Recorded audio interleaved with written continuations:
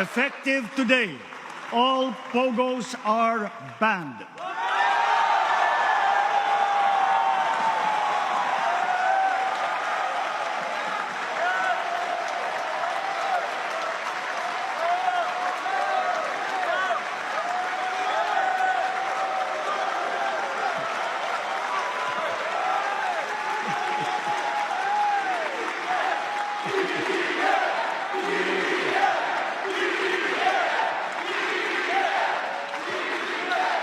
At ngayon po, naririnig po namin ang malakas na sigaw ng taong bayan laban sa mga pogo.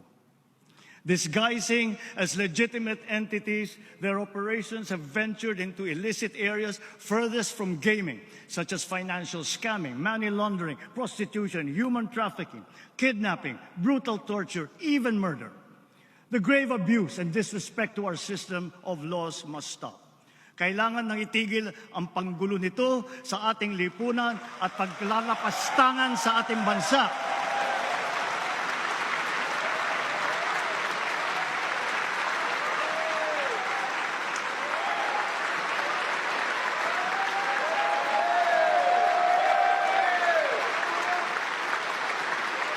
Effective today, all pogos are banned.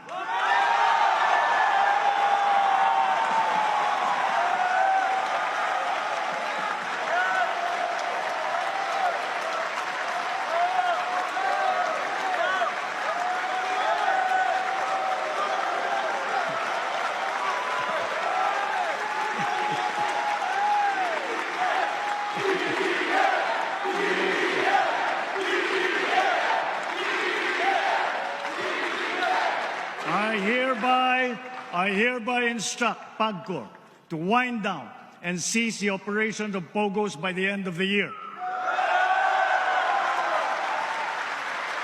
The DOLE, in coordination with our economic managers, shall use the time between now and then to find new jobs for our countrymen who will be displaced.